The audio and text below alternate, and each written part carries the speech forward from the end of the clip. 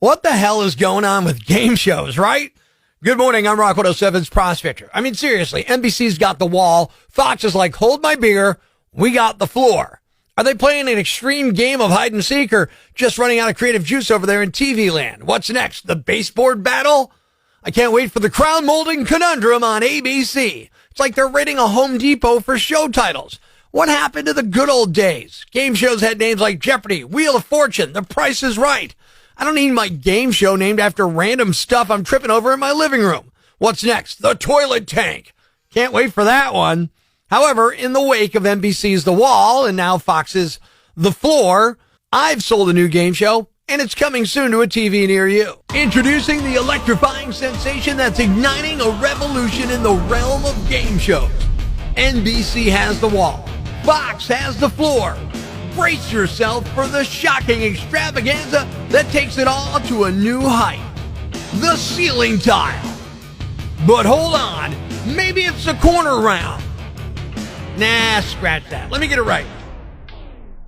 Presenting the wildest game show yet. The Outlet. That's it, The Outlet. We've unleashed the ultimate power play. Dive into The Outlet, where contestants plug into the thrill of voltage, competing for shockingly grand prizes.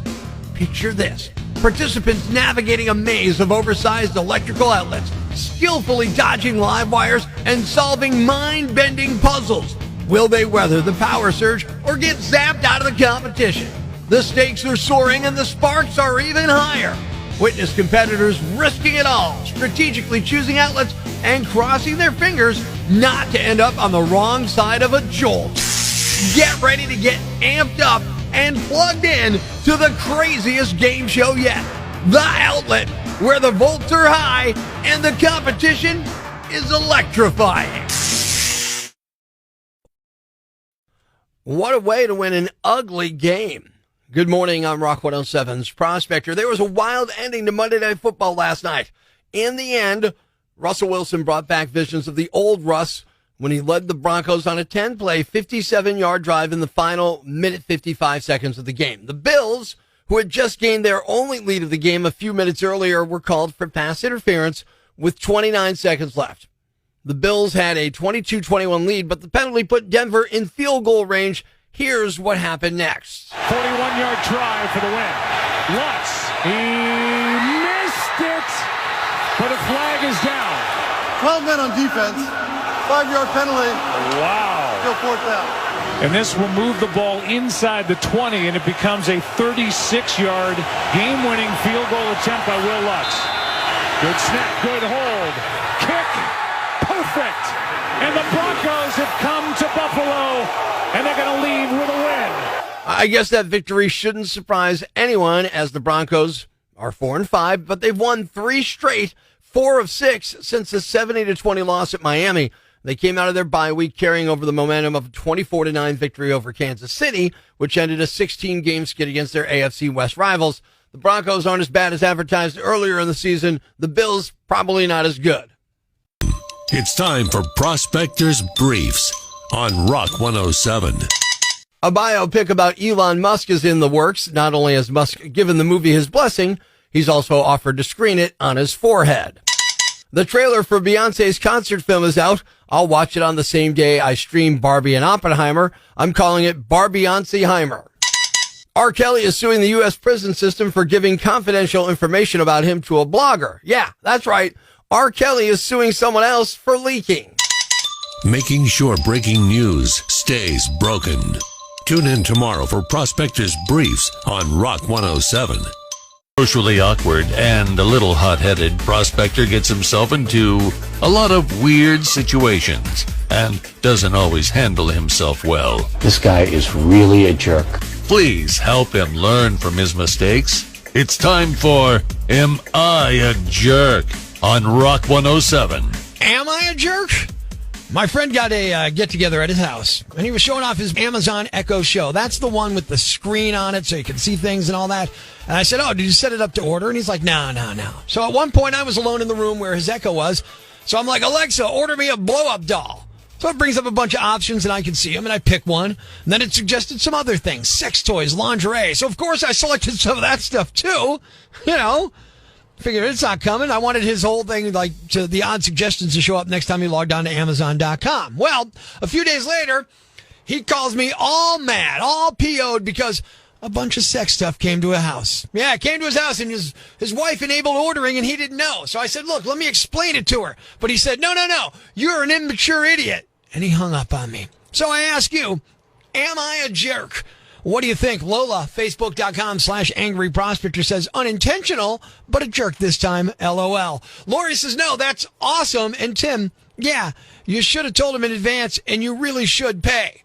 Hey, look, he's returning the stuff, and I didn't know it was ordering until he called me. So there you have it. But it doesn't negate the question, am I a jerk? You're not a jerk. Nicole says no, because it was all in fun, and you were told it wasn't activated. Ruth says, yeah, today you deserve the title of jerk. That's a lot of money to have thrown away on a joke. Again, he will be returning this stuff. What do you think? Am I a jerk? Yo, Prospector, that's just messed up, dude. That'd be like me buying a brand new friggin' car, and, we're out looking at it, listening to tunes. I have to run in to use the bathroom, and you drive away with the damn thing. Wait, no, I didn't steal his Echo Show. He still has it. It's like the same concept, though. You're messing with that don't belong to you. What you're saying is I'm a jerk, right? Well, yeah, kind of in a sense. Okay, all right. Maybe I'm a jerk on this. I'm starting to feel like it's low in that way. Shannon says you're kind of a jerk, but super funny. Randy, it might qualify you as a jerk. And Vicky, big time. It's not your property to mess with. What if the tables were turned, you being such a tech geek? I would have had it password protected, let me tell you that. Am I a jerk? Yeah, you're a jerk. You don't go to somebody's house and start playing with their stuff. You don't? I didn't know that. That's like touching the heat in somebody's house. You don't do that. Oh, I would never have touched the heat because I understand that, He said it didn't order. I didn't think there was any real harm in it, Well, you didn't know his wife had it, right? That's what I'm saying. All right, so you're saying a jerk on this one. Yes, sir. Uh-oh, it's starting to fall like I'm a jerk. We got one from Open Mike from the Rock 107 app. Am I a jerk? This is Karen, and I think it's hilarious that your friend knew right away that it was you, the jerk, that ordered the stuff. So, yeah, you're a jerk. My reputation precedes me. So today, the question of am I a jerk or not, the answer is, well, slightly yes, but a funny jerk. Plenty of bad news, but it's not all bad. It's time for the brighter side of Prospector on Rock 107. Two people helping cop stories are in the news. One, an Army veteran in Florida, stopped a would-be carjacker and held him till cops got there. And two, a former criminal risked his life to pull an injured cop to safety during a shootout in Houston on Saturday. The cop was hit in the leg, but he'll be okay. Thanks. We needed that. The brighter side of Prospector on Rock 107. Hi. You probably don't know me, but odds are you feel bad for me. You see, I'm Prospector's wife, Tara. I know what you're thinking. Oh, that poor woman. The truth is, he's the sweetest guy. Most of the time. But when he starts rambling, yeah, you have no idea. It's actually far worse than you can imagine. In fact, here's a little taste of my world. It's time for Prospector's Picky Pet Peeves on Rock 107. I don't know how many times you have to hear it or how many times I got to say it, but the phrase is, I couldn't care less. Not I could care less. You say it when you absolutely do not care about something. So if you say, I could care less, that actually indicates you care to some degree because, hey, you could care less. There is a lesser amount that you could care. However, if you say the proper phrase, I couldn't care less, that means you don't care at all, which is the feeling you're attempting to convey. Seriously? For some reason, it drives me crazy when people ask me, can I ask you a question? Too late, buddy. All right? You cannot ask that without already asking me a question. So how about we skip the preamble and you just get to the actual question? What am I, so important that you can't be questioning me? Come on.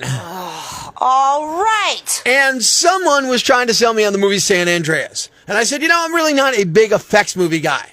And she said, hey, it's a movie. You got to suspend belief.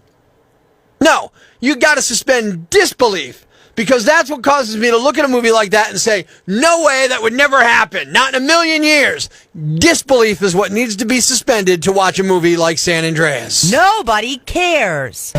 You think that was bad? Try living with him. Love you, honey. Mean it.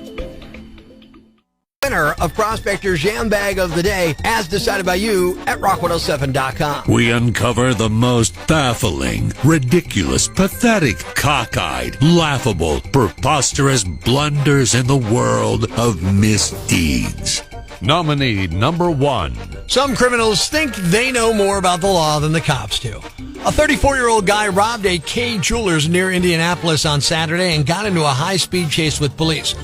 During the pursuit, they could see him waving his hand out of the window and trying to signal to them, but they couldn't tell what he was trying to communicate. He crashed into a police car but kept going. They eventually boxed him in and arrested him.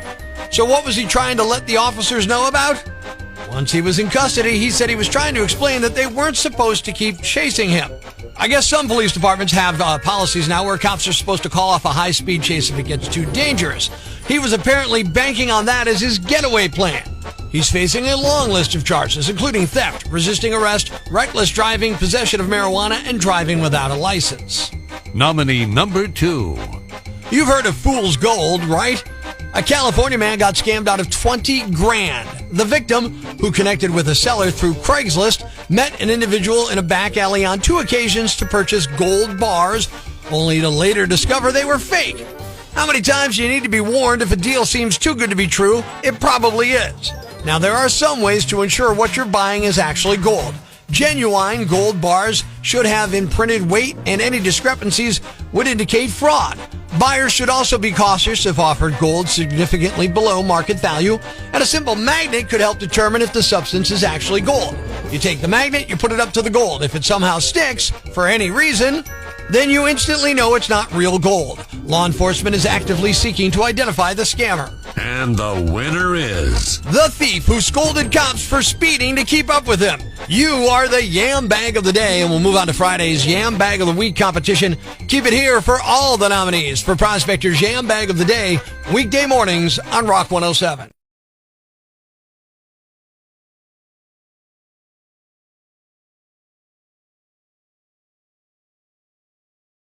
Thanks for listening to Prospector's Prime Cuts podcast.